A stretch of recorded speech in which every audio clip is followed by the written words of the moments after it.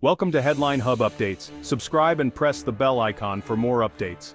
On a seemingly ordinary Monday, the world awoke to a digital earthquake. Google had erased the infamous 9-line from its global map.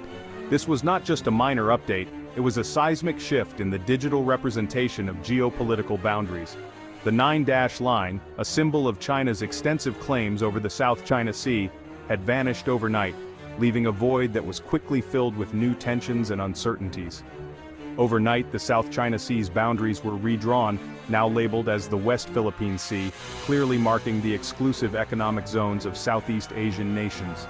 This change was not just a cartographic correction, it was a bold statement that resonated across the globe, challenging long-standing territorial claims and igniting a fresh wave of diplomatic discourse. The change was subtle, but its impact was immediate and explosive. Analysts and experts were quick to dissect the implications, while ordinary citizens found themselves caught in the whirlwind of a geopolitical storm. The digital alteration had set off a chain reaction, sparking debates and discussions in offices, homes, and public spaces worldwide. News alerts blazed, governments scrambled, and social media erupted. The digital world was abuzz with opinions, theories, and speculations. Hashtags related to the South China Sea trended globally, as people from all walks of life weighed in on the unfolding drama. Governments were thrust into action, hastily organizing press conferences to address the situation and reassure their citizens. In Manila, there was stunned celebration. In Beijing, outrage. The streets of Manila were filled with jubilant crowds, celebrating what they saw as a long-overdue recognition of their territorial rights. Meanwhile, in Beijing, the mood was starkly different. Officials and citizens alike expressed frustration and anger, viewing the map change as a direct challenge to their sovereignty. For years, the South China Sea dispute simmered in diplomatic backrooms and naval standoffs. The region had been a hotspot of tension, with nations vying for control over its strategic waters and abundant resources. Diplomatic efforts had been ongoing, but the situation remained precarious, with naval forces often engaging in tense standoffs. Now, a tech giant had thrust it into the global spotlight. Google's decision to update its maps was not just a technical adjustment, it was a powerful statement that reverberated through the corridors of power worldwide. Tech experts and political analysts gathered to discuss the implications, recognizing the profound impact of this digital intervention. Google's update wasn't just technical, it was a bold alignment with the 2016 Hague ruling, rejecting China's sweeping claims. The ruling had been a significant moment in international law, but its enforcement had been limited. Now, with Google's map update, the ruling gained renewed attention and significance, challenging the status quo and prompting a re-evaluation of territorial claims. The world's most used map had taken a side, shaping perceptions and challenging China's narrative. As people around the globe accessed Google Maps, they were confronted with a new reality, one that contradicted China's long-held assertions. The map change became a focal point for international media, with headlines and discussions dominating news cycles. Southeast Asian governments cautiously welcomed the move as validation of their legal rights. For these nations, the map update was a vindication of their claims and a boost to their diplomatic efforts.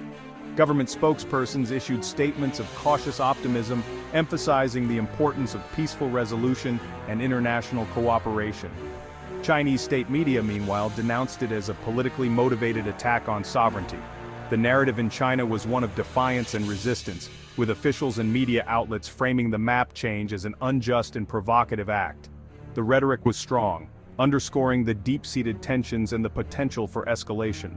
The digital lines were drawn, forcing every nation to confront the new reality.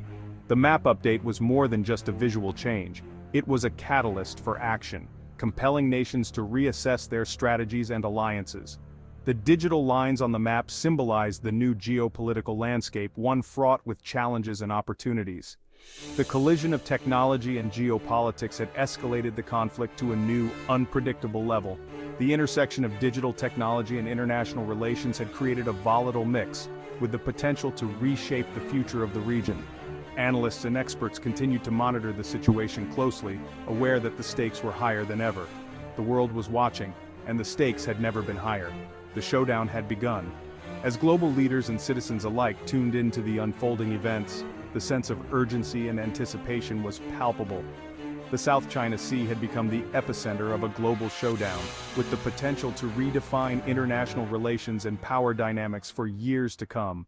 For the Philippines, Google's map update felt like a long-awaited victory, a moment that many had hoped for but few truly expected to see. Across the country, people gathered around televisions and phones, sharing the news with friends and family. There was a sense of validation, as if the world was finally recognizing their struggle and their claim. The term West Philippine Sea, once a local rallying cry used in protests and classrooms, was now a global standard. It was no longer just a phrase on banners or in government statements. It was on the world's most widely used digital maps, visible to millions around the globe. Filipino officials hailed the move as a triumph for international law, a boost for their fishermen who had long faced uncertainty, and a diplomatic win that strengthened their position on the world stage.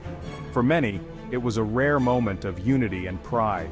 The government praised Google for aligning digital reality with the 2016 Hague Tribunal's legal verdict, which had ruled in favor of the Philippines' claims.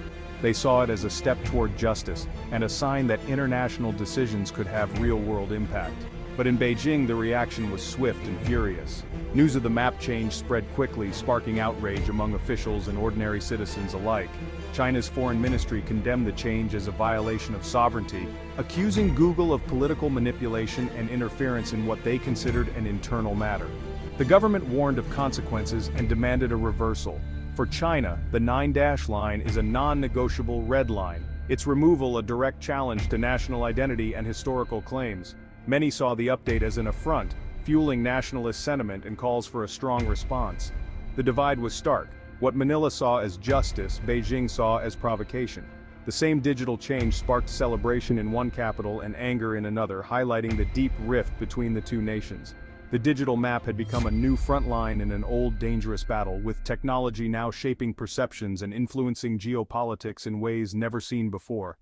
The world braced for the fallout, uncertain of what would come next, as tensions simmered and the eyes of the globe turned once again to the South China Sea. To grasp China's outrage, we must revisit the origins of the 9-dash line. First drawn in 1947, it claimed nearly 90% of the South China Sea, later trimmed to 9 dashes. For Beijing, it's a symbol of centuries-old presence and sovereignty. But this clashes with modern law.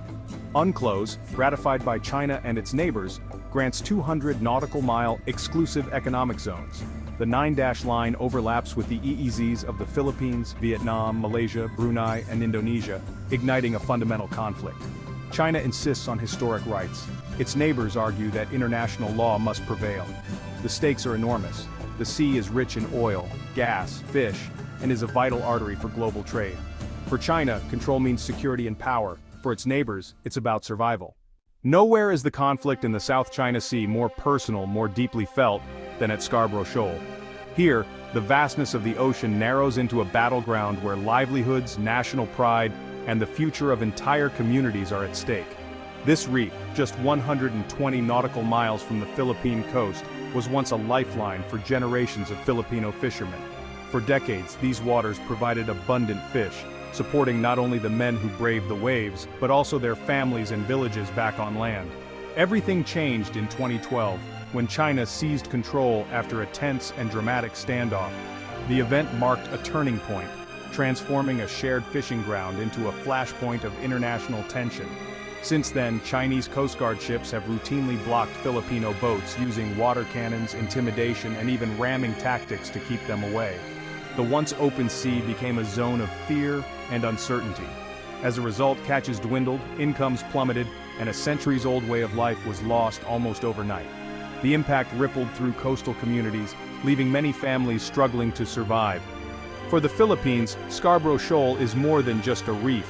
It is a symbol of sovereignty, resilience, and, at times, humiliation. It stands as a front line in their ongoing struggle for dignity and national identity. For China, the shoal is a strategic outpost, a key foothold for projecting power and influence across the region, and a demonstration of its growing maritime ambitions. The fate of Scarborough Shoal is a microcosm of the larger battle unfolding in the South China Sea, where daily lives are caught in the crossfire of geopolitics, and the simple act of fishing becomes an act of defiance. The struggle here is not just over territory or resources, but over dignity, survival, and the right to continue a way of life passed down through generations. Ultimately, the stakes are felt most acutely by those who call these waters home, the fishermen and their families whose hopes and futures are tied to the fate of the sea.